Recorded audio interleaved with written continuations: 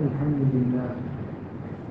لله وكفى وسلام على عباده الذين اصطفى أما بعد فأعوذ بالله من الشيطان الرجيم بسم الله الرحمن الرحيم يا أيها الذين آمنوا إذا قمتم إلى الصلاة فاغسلوا وجوهكم وأيديكم إلى المرافق وامسحوا برؤوسكم وأرجلكم إلى الكعبين صدق الله مولانا العظيم وصدق رسوله النبي الكريم ونحن على ذلك من الشاهدين والشاكرين والحمد لله رب العالمين.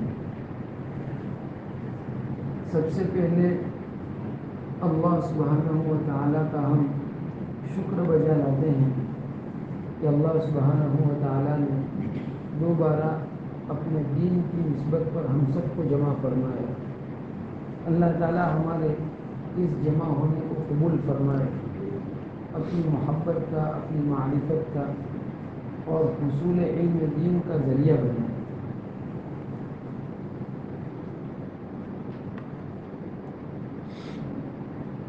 پچھلی مجلسوں والے کچھ غیر حاضر ہیں، کچھ حاضر ہیں. تو ہم نے شروع کیا تھا کہ دین کے کتنے شعبے ہیں، 5. وہاں سے ہم وضو تک پہنچے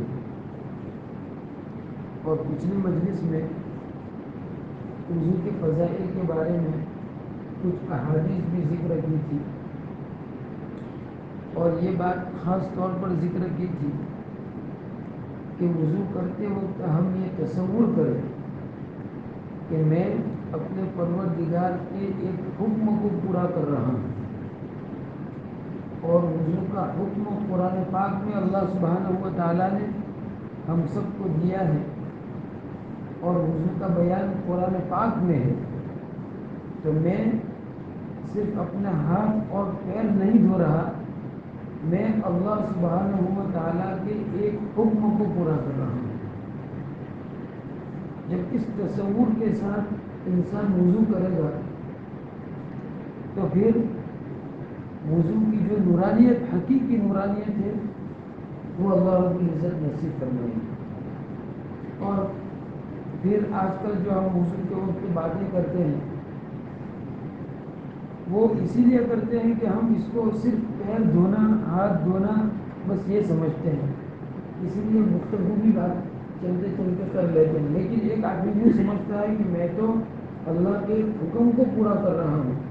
اللہ تعالیٰ نے یہ پوائنٹ آؤٹ کیا انگلی رکھ کر کہ تم اپنا چہرہ دھو، تم اپنے دونوں ہاتھوں کو کوہنیوں سمیت دھو، یعنی یہ خاص طور پر کوہنی کا نام لے کر کوہنی سمیت دونوں ہاتھ دھو، تم اپنے سر کا مسح کرو، تم اپنے دونوں پیر ٹخنوں سمیت دھو.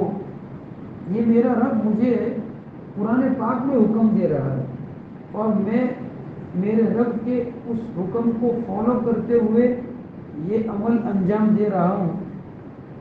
آدمی اگر اس تصور کے ساتھ وضو کرے گا تو بھلا کہاں وہ دنیا کی باتوں میں مشغول رہے گا.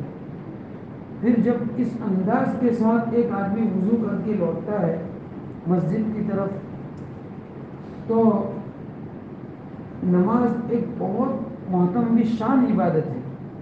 معراج المؤمن کہا گیا، مومن کی معراج ہے. تو کتنا لطف اس کو حاصل ہو. آپ ایک مرتبہ تجربہ کر کے دیکھ لیجیے کہ بہت کامل و مکمل جیسا وضو کا حکم ہے اس کے مطابق وضو کریں، اور وضو اللہ کے حکم کو پورا کر رہا ہوں اس تصور کے ساتھ کریں. پھر وضو کرنے کے بعد آپ مسجد میں آئیے، مسجد میں آ کر کے نماز پڑھیں گے تو ایک وہ وضو جو ہمارا روزانہ روٹین والا ہے، باتوں والا، اور ایک وہ وضو جو اس تصور کے ساتھ ہے. پھر آپ نماز پڑھ کے دونوں نمازوں کا آپ موازنہ کریں گے، مقابلہ کریں گے، آپ زمین و آسمان کا فرق محسوس کریں گے. آپ تجربہ کر کے دیکھیں.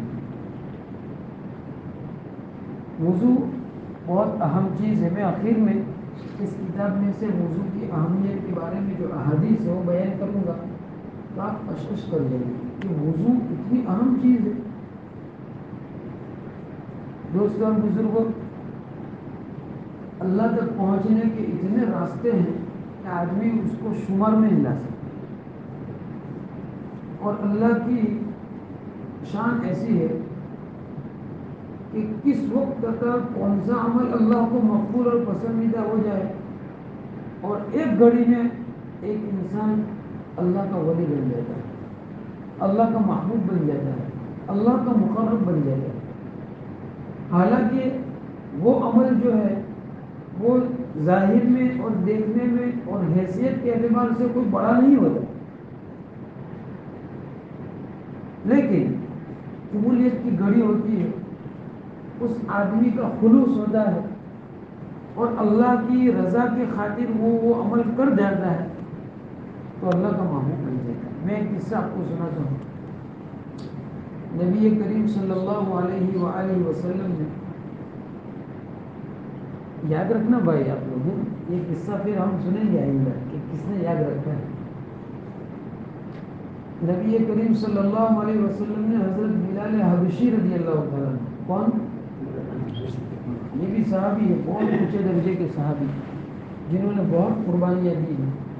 جماعت میں جب ہم بات کرتے ہیں تعارف کی تو حضرت بلال رضی اللہ تعالیٰ عنہ کا قصہ ضرور بیان کرتے ہیں. تو حضرت بلال حبشی رضی اللہ تعالیٰ عنہ سے نبی کریم صلی اللہ علیہ وسلم نے فرمایا کہ اے بلال، اللہ سبحانہ و تعالیٰ نے مجھے جنت کی سیر کرائی اور میں نے جنت میں قدموں کی چاپ، قدموں کی آہٹ، چلنے کی وجہ سے جو آواز آتی ہے وہ سنی. تو میں نے فرشتوں سے پوچھا کہ یہ کس کی آواز ہے؟ تو فرشتوں نے فرمایا کہ یہ بلال مدینے کی گلیوں میں چل رہے ہیں، ان کے قدموں کی آہٹ یہاں جنت میں سنائی دے رہی ہے. کتنا اونچا مقام ہے کہ وہ اس دنیا میں اس دھرتی پر چل رہے ہیں اور ان کے قدموں کی آہٹ جنت میں، یعنی گویا اس دنیا میں رہتے ہوئے وہ جنت میں رہ رہے ہیں. کتنا اونچا مقام. تو نبی کریم صلی اللہ علیہ وآلہ وسلم نے پوچھا کہ اے بلال، یہ مقام تجھے کیسے حاصل ہوا؟ کیا عمل ہے جس کی وجہ سے تیرا یہ مقام ہے؟ تو حضرت بلال حبشی رضی اللہ تعالیٰ عنہ سوچ میں پڑ گئے. فرمایا کہ حضور، جو عام مسلمان اعمال کرتے ہیں میں بھی وہی عمل کرتا ہوں، کوئی نیا عمل میرے پاس ہے نہیں. پھر سوچ کے فرمایا کہ ہاں، ایک عمل میں کرتا ہوں. میں یہ قصہ آپ کو اس بات پر سنا رہا ہوں کہ ہم لوگ بہت سی مرتبہ معمولی سمجھ کر کے چھوڑ دیتے ہیں، حالانکہ وہ معمولی نہیں ہوتا ہے. اللہ کے یہاں کوئی بھی نیکی معمولی نہیں ہے. تو حضرت بلال حبشی رضی اللہ تعالیٰ عنہ نے فرمایا کہ حضور، میرا ایک عمل ہے کہ جب بھی میں وضو کرتا ہوں تو وضو کرنے کے بعد میں 2 رکعت نفل ضرور پڑھتا ہوں. اب دیکھو، وضو کے بعد کی 2 رکعت نفل جس کو ہم تحیۃ الوضو کہتے ہیں، یہ کوئی فرض ہے؟ یہ کوئی واجب ہے؟ نہیں. لیکن حضرت بلال حبشی رضی اللہ تعالیٰ عنہ کا یہ عمل تھا اور پابندی سے اس عمل کو وہ فرماتے تھے. تو نبی کریم صلی اللہ علیہ وسلم نے فرمایا، ہاں، یہی عمل ہے جس نے تجھے اتنے اونچے مقام تک پہنچا دیا. اب دیکھو، یہ نفل چیز تھی، مستحب چیز تھی، لیکن اللہ کو یہ ادا پسند آ گئی تو اتنا اونچا مقام اللہ تعالیٰ نے نصیب فرما دیا. اس لیے نماز سے پہلے یہ جو ہم وضو کرتے ہیں یہ کوئی معمولی چیز نہیں ہے، بہت اہمیت کی حامل چیز ہے. اس کے آپ فضائل پڑھو گے آپ اس کا اندازہ نہیں لگا سکتے. ایک مرتبہ ایک صحابی، انہوں نے وضو کے بارے میں فضیلت والی حدیث سنائی اور اس کا ثواب سنایا. تو دوسرے صحابی ان کو کہنے لگے کہ جو پر ہاتھوں جو تو برابر باننا ہے نا، یعنی اتنی ایک ہی جگہ میں بیٹھ کر اتنے عمل کی وجہ سے اتنا اونچا ثواب. ایک صحابی بھی حیرت میں پڑ گئے پھر وہ صحابی فرماتے ہیں کہ میں بڈھا ہو گیا، میرے پیر اب قبر میں لٹک رہے ہیں، اس موقع پر اللہ اور اللہ کے نام پر کیا جھوٹ بولوں گا؟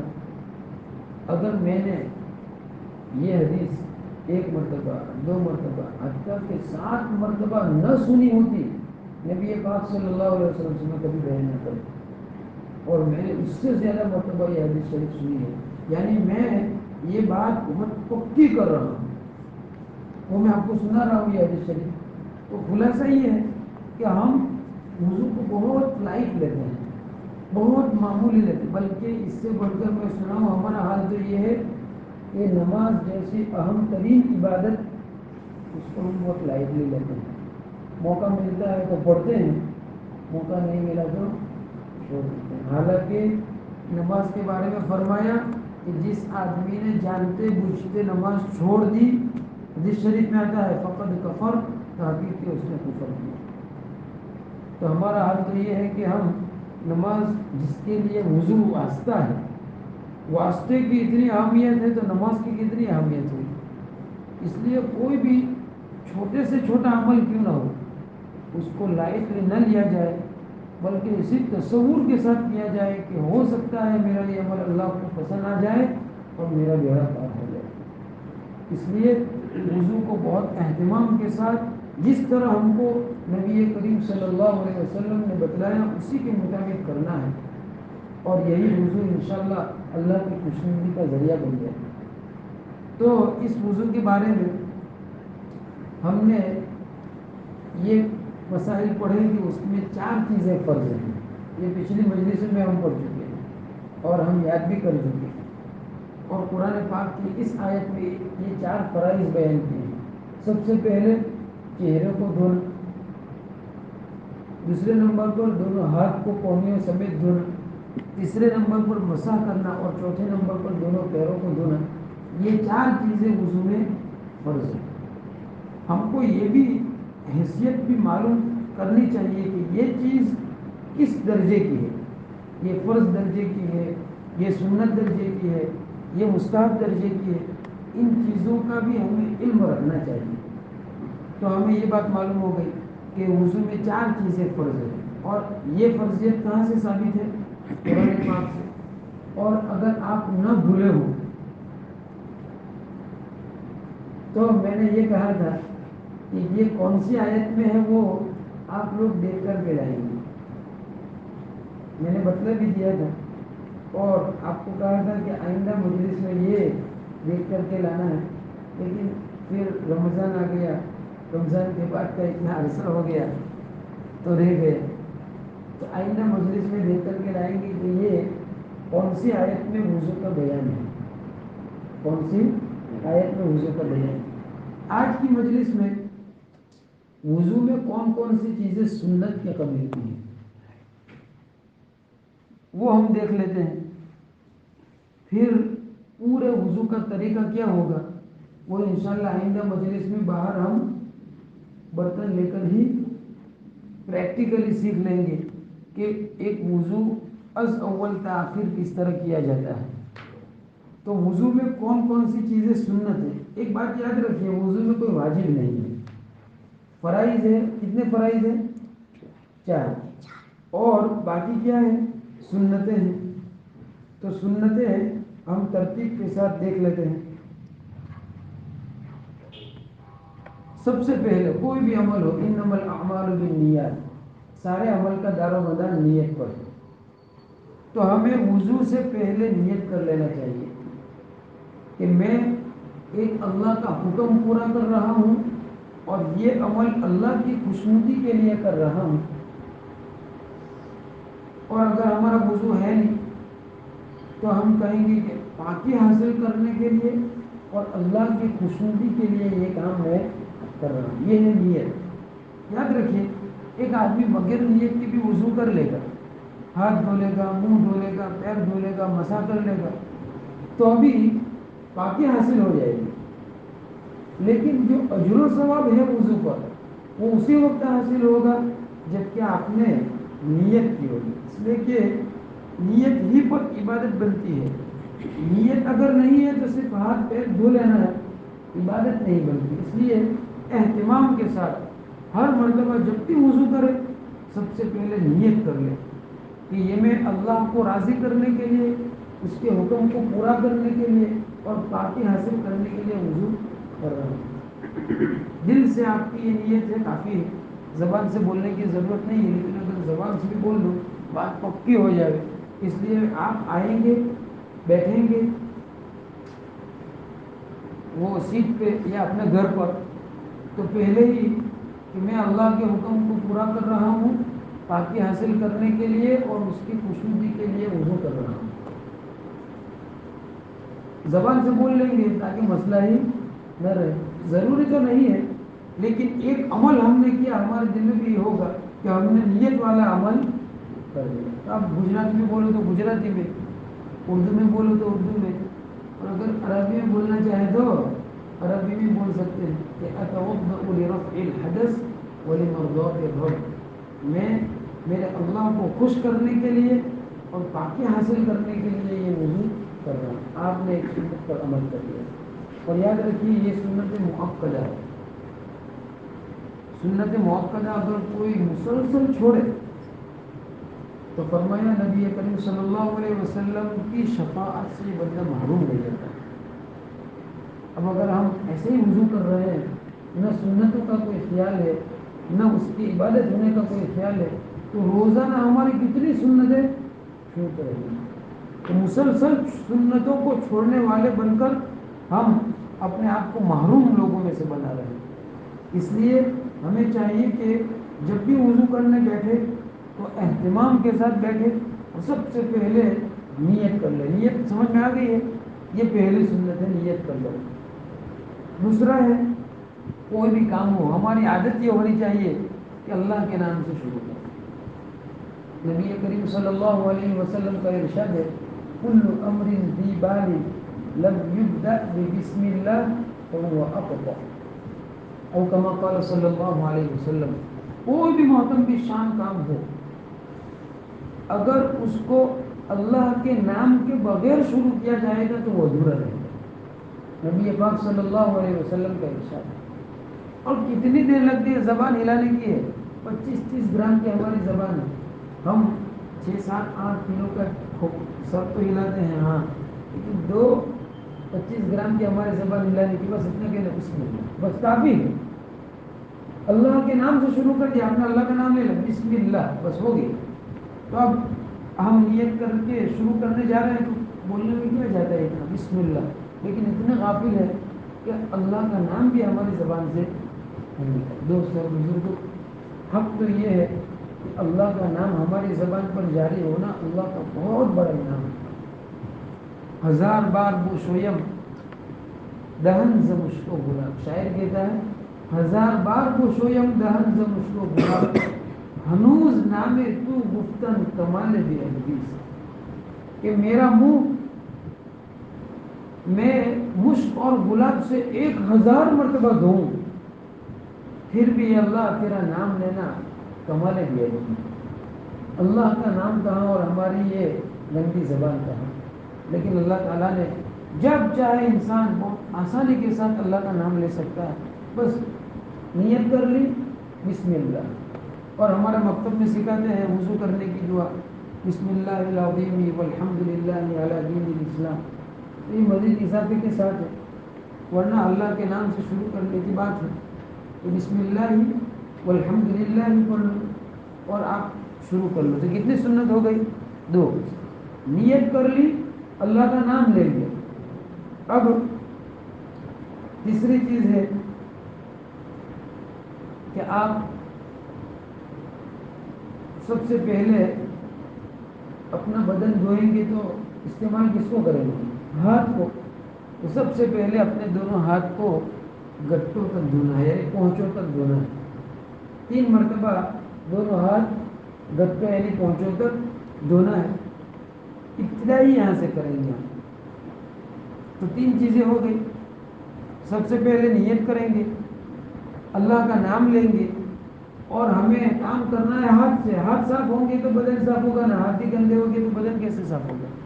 تو دونوں ہاتھ گٹوں تک یعنی پہنچوں تک 3 مرتبہ دھو لیں گے.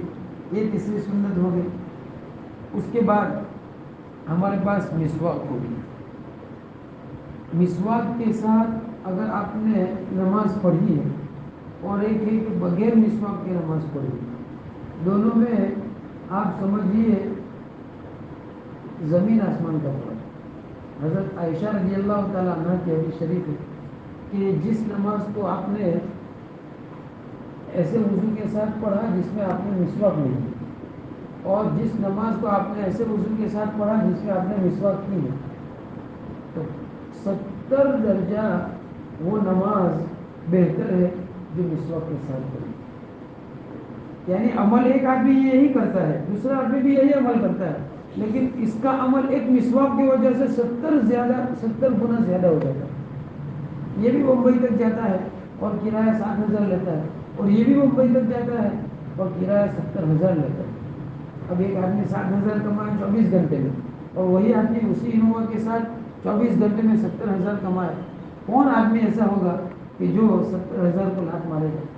اور کرنا کچھ نہیں ہے، بس اس نے مسواک کر کے انووا چلائی، اس نے بغیر مسواک کی انووا کی. یعنی آپ اندازہ لگاؤ تو کتنا فرق ہے. پھر بھی ہم کیا غافل ہیں. لیکن اگر ایک آدمی آخرت پر بھروسہ کرتے ہوئے، آخرت کی نیکی کی لالچ کرتے ہوئے، اللہ کی خوشنودی اور رسول اللہ صلی اللہ علیہ وسلم کے طریقوں کی اتباع کی لالچ میں اگر وہ مسواک رکھے گا، مسواک کے پیچھے جو خرچہ ہوگا اس کا بھی ثواب، مسواک کرے گا اس کا بھی ثواب، اور مسواک کی وجہ سے جو نماز ہے اس کا جو ثواب ہے اپنی جگہ پر. کتنی بڑی چیز ہے. تو تیسری چیز، دونوں گٹوں تک یعنی پونچھوں تک دونوں ہاتھ دھونا اور مسواک کرنا. مسواک کے ساتھ کلی 3 مرتبہ آپ کلی کرو گے پھر مسواک کرو گے. مسواک کے لیے مستقل فقہا نے احکام بیان کیے ہیں، اس کا پورا ٹاپک ہے کہ مسواک کیسے ہونی چاہیے، کس درخت کی ہونی چاہیے، کس انداز سے کرنی چاہیے، کہاں تک اس کو کرنا چاہیے وغیرہ وغیرہ. تو اس کے پورے ٹاپک کے بہرحال ہم کو ایک سنت یاد کرنا ہے مسواک کرنا. اگر مسواک کی لکڑی ہے یہی اصل چیز ہے، لیکن اگر نہیں ہے ہمارے پاس تو کم سے کم انگلیوں سے مسواک کرنا تو نہ بھولیں. مسواک کے فوائد اتنے سارے ہیں. اس کا ایک فائدہ یہ بیان کیا کہ جو آدمی پابندی کے ساتھ مسواک کرتا ہے موت کے وقت اللہ اس کو کلمہ نصیب کرتا ہے. یعنی کتنی بڑی چیز ہے. آدمی کی خواہش ہی یہ ہوتی ہے کہ میں اللہ کے حضور میں ایمان کے ساتھ جاؤں، کہ میری زندگی کا میرا پار ہو جائے. اور یہ اگر مسواک کے بل بوتے پر مسواک کی وجہ سے حاصل ہو جاتی ہے کتنا سستا سودا ہے. تو مسواک کرنا اور 3 مرتبہ کلی کرنا، پھر 3 مرتبہ ناک میں پانی ڈالنا.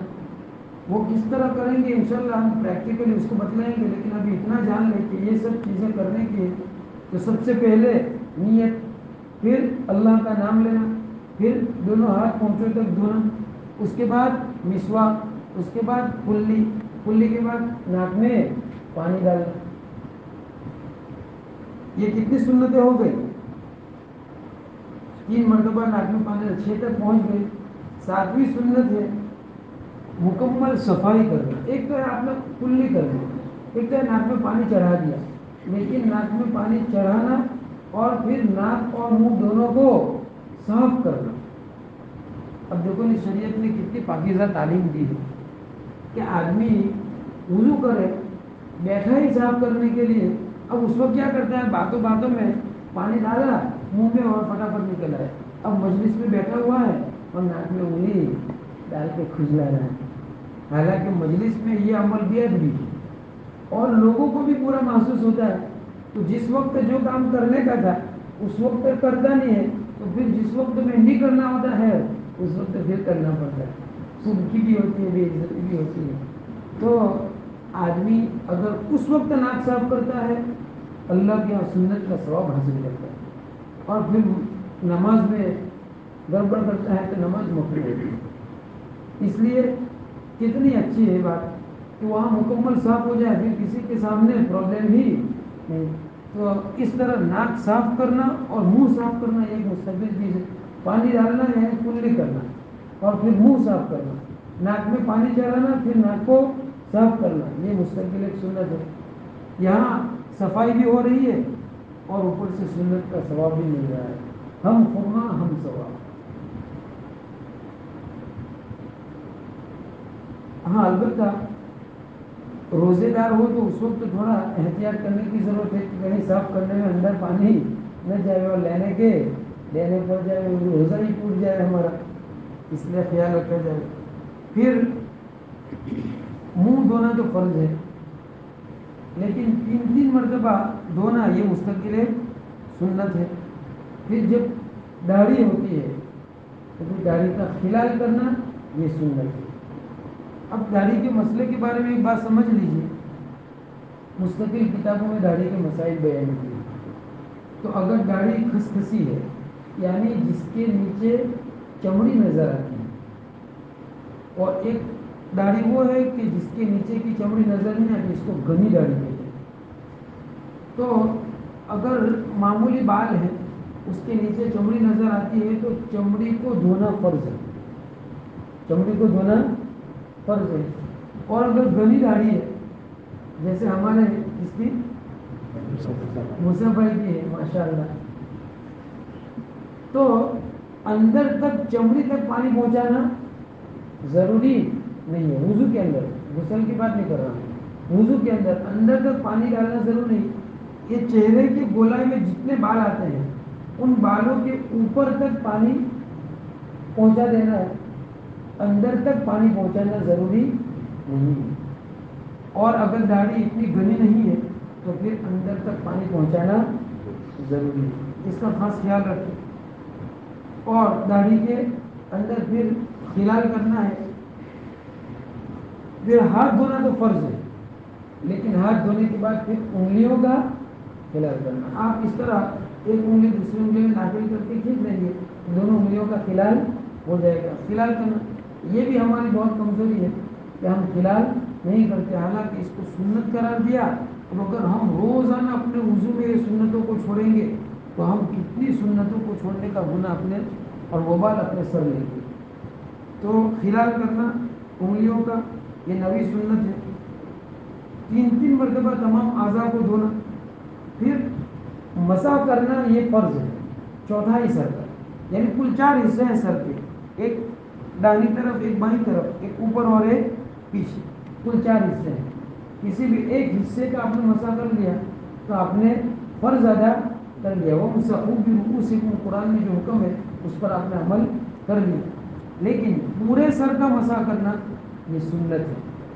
اب ہم کیا کرتے ہیں، ٹوپی پر ہاتھ رکھتے ہیں اور ٹوپی تھوڑی کھینچ کے واپس رکھ دیتے ہیں. کتنوں کو آپ دیکھیں گے، یعنی دوسروں کو اس لیے نہ دیکھو لیکن ایک مرتبہ ایک جائزہ لو کہ لوگ مسح کے بارے میں کیا کرتے ہیں. بہت سی مرتبہ چوتھائی سر کا مسح بھی نہیں ہوتا. بعض لوگ تو خالی اٹھا کے اتنا اشارہ کر کے چھوڑ دیتے ہیں. اللہ حفاظت فرماوے. اگر وضو نہیں تو نماز میں انٹر ہی نہیں ہوگا. تو شیطان کی پوری کوشش یہ رہتی ہے کہ یہ آدمی وضو میں ہی کیا کرے، گڑبڑ کرے. پھر شیطان وہاں باہر موبائل پہ لگ جائے گا، کیونکہ یہ آگے اب اندر کچھ بھی کرے گا اس کی نماز شروع ہونے والی ہے. شیطان کو بڑا آرام ہے، اس لیے پوری محنت کس پر لگائے گا کہ اس کا وضو صحیح نہیں ہونا چاہیے. اس لیے ادھر ادھر کی باتوں میں لگا کر کے کچھ خوش کرے گیا یا اس کے فرائض میں کچھ کوتاہی کروا دی. جب وضو ہی نہیں ہوا تو پھر اب محنت کرنے کی ضرورت نہیں، جو بھی کچھ ادھر محنت ہوگی اب نماز ہونے والی نہیں. اس لیے بہت اہتمام کے ساتھ وضو کرنا ہے تاکہ شیطان اپنے حربے میں کامیاب نہ ہونے پائے. مسح کرنا ہے. پھر مسح میں سر کا مسح تو ہے، ساتھ میں کان کا بھی مسح ہے، ساتھ میں گردن کا بھی مسح ہے. اور بعض لوگ پورا گلا بھی دھوتے ہیں، حالانکہ یہ بدعت ہے. تم کو جتنا کہا گیا ہے اتنا کرو ورنہ ڈیر ڈایا ہے. ڈایا تو اچھا ہے، ڈیر ڈایا اچھا ہے. اب بھائی تجھے دھونے کا کہا اتنا دو، اس لیے کہ شریعت کا حکم اصل چیز ہے. عقل سے کام نہیں لینا ہے، ورنہ عقل تو کہتی ہے کہ تم نے موزے پہنے ہو تو موزے چلتے ہیں، موزے لے کر کے تو خراب نیچے کا ہوتا ہے کہ اوپر کا؟ نیچے کا. لیکن مزہ کہاں کرواتے تھے؟ اوپر کرواتے تھے. ریح خارج ہوتی ہے، ہوا خارج ہوتی ہے، تو ہوا ایک الگ جگہ سے خارج ہوتی ہے اور دھلواتے ہیں کیا؟ چہرہ اور ہاتھ وغیرہ. تو اصل چیز شریعت کا حکم ہے، ہماری عقل کے گھوڑے نہ دوڑائے. تو بعض لوگ پورے گلے پر بھی کیا کرتے ہیں، مسا کرتے ہیں. حالانکہ گلے کا مسا کرنا اور گلے کو وضو میں دھونا یہ سب بدعت کے کرنے کی چیز ہے. تو گردن کا مسا کریں جس کو ہم بوچی کہتے ہیں، تو بوچی کا مسا کریں. یہ جس کو ہم گلا کہتے ہیں اس کا مسا نہ کرے، اس کا مسا کوئی چیز نہیں ہے. پھر ایک عام سنت ہے کہ پورا وضو ترتیب سے کریں. ہاں آپ نے پہلے پیر دھو لیے، پھر مسا کر لیا، پھر ہاتھ دھو لیے، پھر منہ دھو لیا، وضو تو ہو جائے گا. آپ نے اس کی فارمالٹی تو پوری کر لی، اس لیے وضو تو ہو جائے گا، لیکن سنت کے موافق نہیں ہوگا. اس لیے ترتیب سے وضو کرے. جس طرح شروع سے بیان کیا گیا قرآن میں، اسی ترتیب سے آپ وضو کریں گے. پہلے چہرہ ہوگا، پھر دونوں ہاتھ ہوں گے، پھر مسا ہوگا اور پھر پیر ہوگا.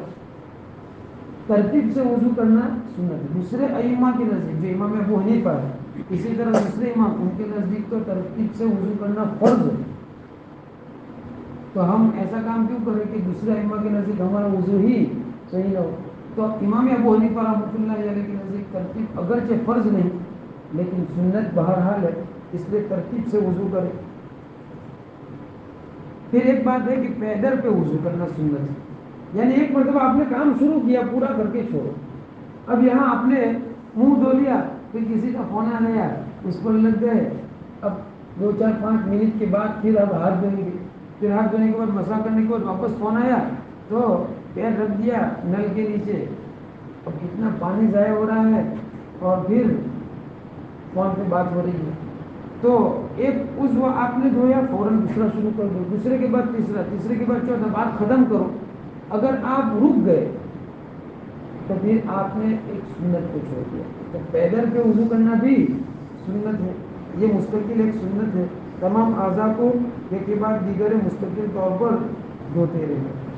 یہ سنتوں کا بیان ہوا. اتنی چیزیں وضو کے اندر سنت ہے، تو ہم ان سنتوں کو معمولی نہ سمجھیں. ایک سنت کو وضو میں انجام دے تاکہ وضو کے جو فوائد اور جو برکات اور جو ثمرات اور جو ثواب ہے اس کو ہم حاصل کرنے والے بنے. تو وضو کے 4 فرائض ہیں اور وضو کی یہ چیزیں وضو میں سنت ہے. اس کا استحضار رکھ کر کے پھر آپ وضو کریں گے انشاءاللہ. ظاہر جس طرح ہمارا صاف ہوتا ہے، اللہ ہمارے دل کو بھی پاک صاف کر کے نورانی بناتا ہے. اب اس کے بعد وہ میں کچھ فضیلت بیان کرتا ہوں. اگر آپ میں چستی ہے اور چستی نہیں ہے تو پھر چھوڑ دیتے ہیں. ہے چستی تو ایک حدیث شریف بیان کر دوں گا بس، جو میں نے آپ کو سنا ہی ہے کہ جس کے اتنے بڑے ثواب کو بیان کیا گیا ہے.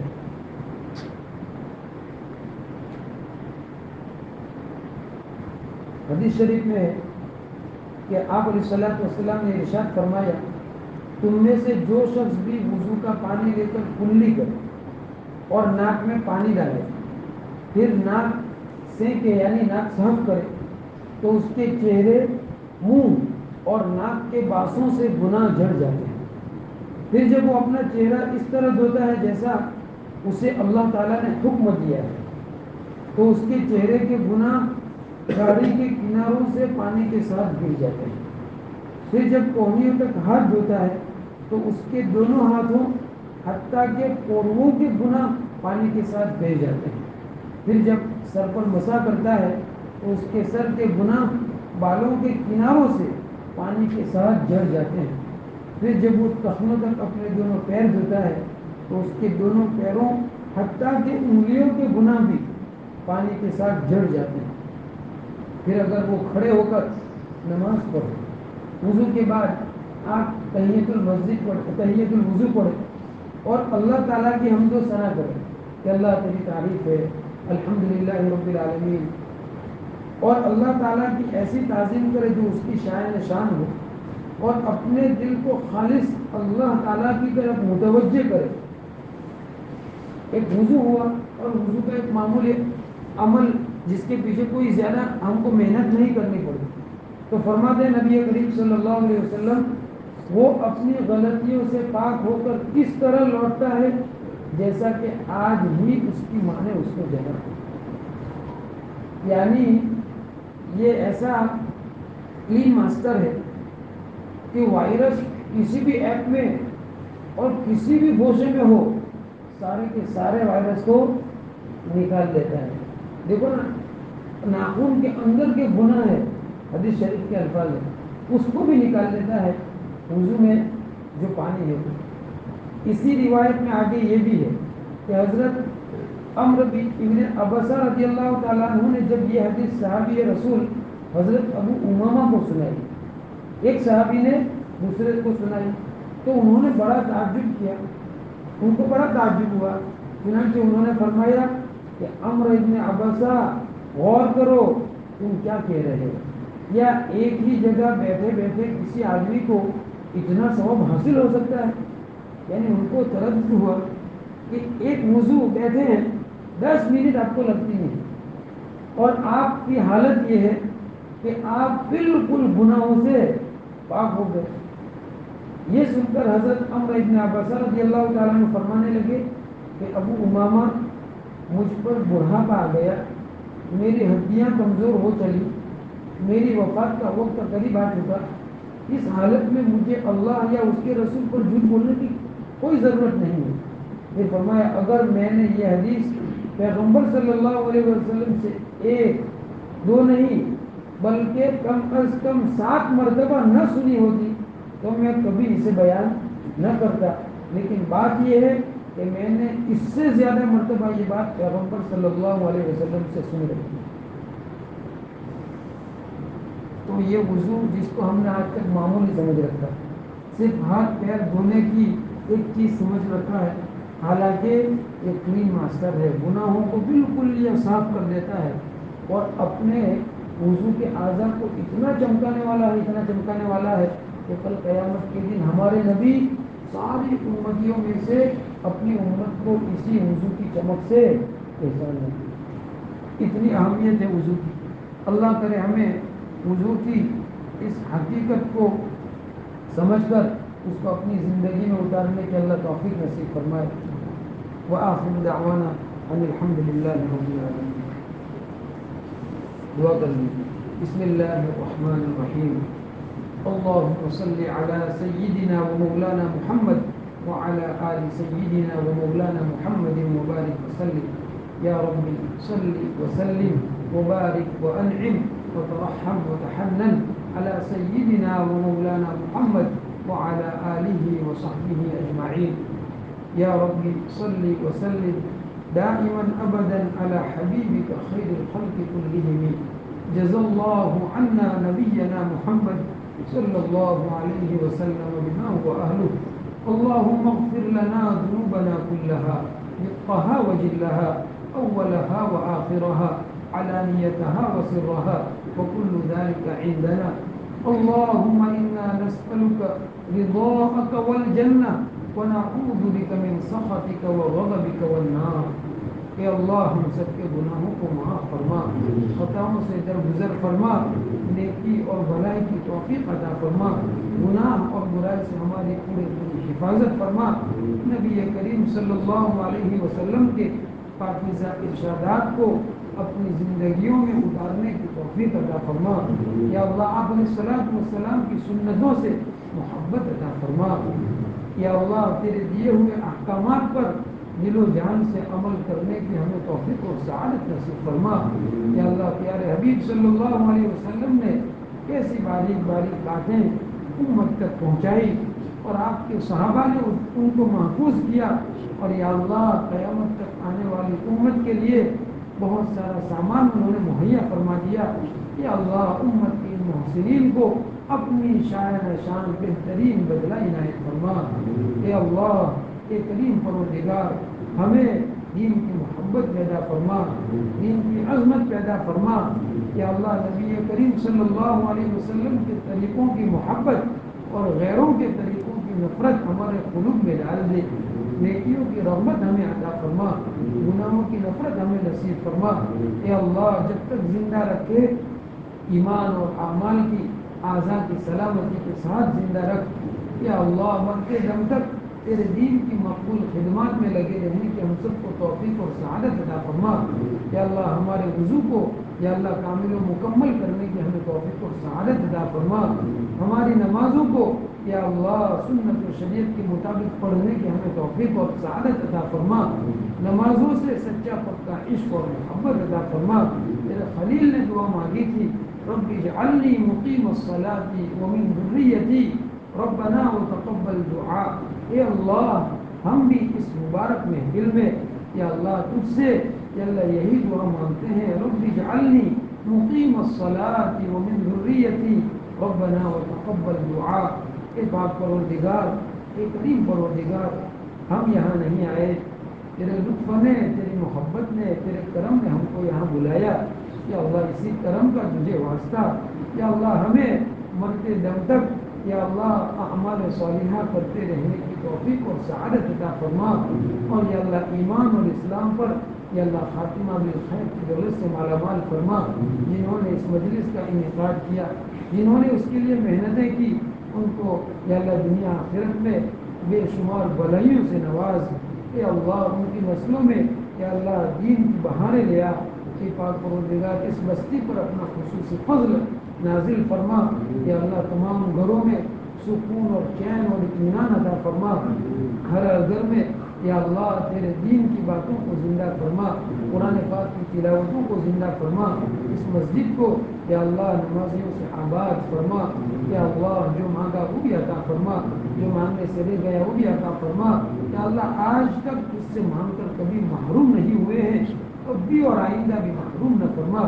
یہاں موجود تیرے تمام بندوں کی نیک مرادیں آفیت و سہولت کے ساتھ پورا فرما.